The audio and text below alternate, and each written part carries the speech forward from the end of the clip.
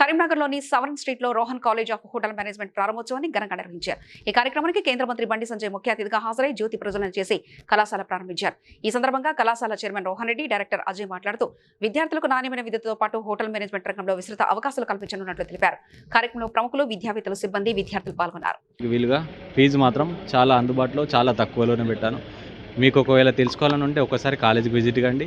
100% మళ్ళీ మన దాంట్లో కాలేజ్లో స్పెషాలిటీ ఏంటంటే రియల్ టైం ప్రాక్టికల్స్ ఏవైతే ఉంటాయో 100% ఇప్పుడు మన న్యాచురల్గా ఏంటంటే hotel feeling 3 star to 5 star property ఏ విధంగా అయితే ఉంటుందో అదే విధమైన అట్మాస్ఫియర్తో అదే విధంగా మన హోటల్ మేనేజ్మెంట్ రోహన్స్ కాలేజ్ని ఏమంటారు చాలా ఇప్పుడు న్యూ టెక్నాలజీతో పాటు equipment, labs and experience faculty చాలా గొప్ప విధంగా మన కాలేజ్ ప్రారంభం చేయడం జరిగింది. అదేవిధంగా మన ప్రారంభంకి మన బండి సంజయ్ సార్ గారు, అదేవిధంగా సత్యమన్న గారు, సత్యనారాయణ సార్ గారు, అదేవిధంగా